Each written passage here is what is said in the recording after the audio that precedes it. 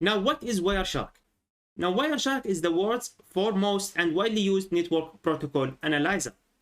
It lets you see what's happening on your network at microscope level and is a standard across many commercial and non-profit enterprises, government agencies, and educational institutions.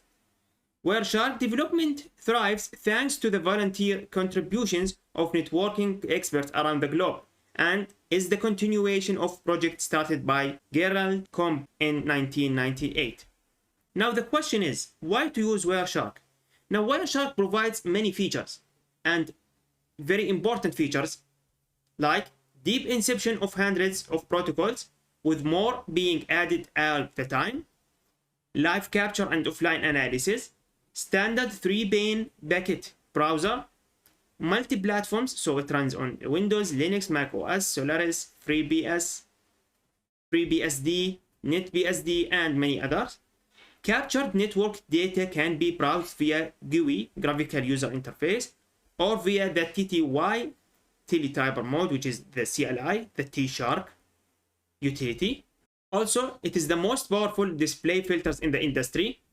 Rich VoIP, which is voice over internet protocol analysis. Capture files compressed with gzip can be decompressed on the fly. Live data can be read from Ethernet, IEEE 802.11, PP, HDLC, ATM, Bluetooth, USB, token ring, frame relay, FDDI, and others, depending on your platform. Also, decryption support for many protocols, including IPsec, ISAKMP, the Kerberos, SNMP version 3, SSL-TLS, WEP, and WPA and 2. The OSI model. The OSI model, it stands for Open Systems Interconnection Model, is a conceptual framework used to describe the functions of a networking system. The OSI model characterizes computing functions into a universal set of rules and requirements in order to support interoperability between different products and software. In the OSI reference model, the communications between a computing system are split into 7 different abstractions layers: the physical, data link, networking layer, transport layer, session, presentation, and application. So let's have a look here, as you can see. So here are the 7 layers we have. We have the application layer, the end user layer, HTTP, FTP, IRS, SSH, DNS. We have the presentation layer, the syntax layer, which is SLSL, SSH, IMAP, FTP, and you can see that the presentation, like the FTP, exists in the presentation and the application. We have the session layer for sync and send to port, API sockets, WinSock, and so on. Transport layer, so here is responsible for the TCP and UDP, exists in the transport layer, end-to-end connections. We have the network, the packets, IP, ICMP, IPsec, IGMP. We have the data link like frames, Ethernet, PPP, or triple P. We have switch and bridge, so you can see it is inside the data link. We have the physical finally, which is the physical structure, the coax, fibers, wireless hubs, repeaters, and so on. Okay. By the way, the routers will be here inside this layer, or categorized inside this layer. Now let's start with the physical layer. Now this is the lowest layer of the OSI model, which is concerned with electrically or optically transmitting raw and structured data bits across the network, from the physical layer of the sending device to the physical layer of the receiving device. Okay, so from sending to receiving. It can include specifications such as voltage, pin layout, cabling, and radio frequencies. At the physical layer, one might find physical resources such as network hubs, cabling repeaters, network adapters, or modems. Now for the data link layer. At the data link layer, directly connected nodes are used to perform node-to-node data transfer where data is packaged into frames. So the data link layer also corrects errors that may have occurred at the physical layer. And the data link layer encompasses 2 sub-layers of its own. So the first, media access control, which is the MAC, provides flow control and multiplexing for device transmission over a network. The second, which is the LLC, the logical link control, provides flow and error control over the physical medium as well as identifies line protocols. For the network layer, The network layer is responsible for receiving frames from the data link layer and delivering them to their intended destinations based on the addresses contained inside the frame. The network layer finds the destination by using logical addresses, such as IP, the Internet Protocol. At this layer, routers are crucial component used to quite literally route information where it needs to go between networks. And by the way, the router categorized in this network layer or in this layer. The transport layer. It manages the delivery and error checking of data packets. It regulates the size, sequencing, and ultimately the transfer of data between systems and hosts. One of the most common examples of the transport layer is the TCP or the Transmission Control Protocol, or the UDP. So TCP and UDP are here. The session layer. Session layer controls the conversations between different computers. A session or connection between machines is set up, managed, and terminated at layer 5, which is the session layer. So session layer services also include authentication and reconnections.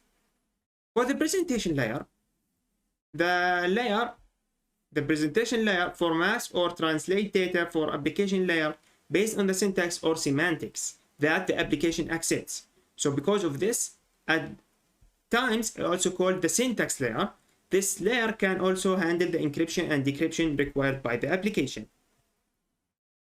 And finally, we have the application layer, which is at this layer, both the end user and the application layer interact directly with the software application.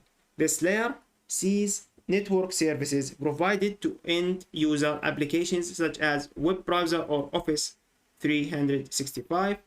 The application layer identifies communication partners, resource availability, and synchronizes communication. Okay, so like this, from Kali Linux, I have Kali Linux. So here, type Wireshark. And by the way, if you can have it here, you can choose the interface next, which is in my case, it is EF0. And to make sure, type ifconfig command. You can see that I'm using F0, and this is the IP address of this machine.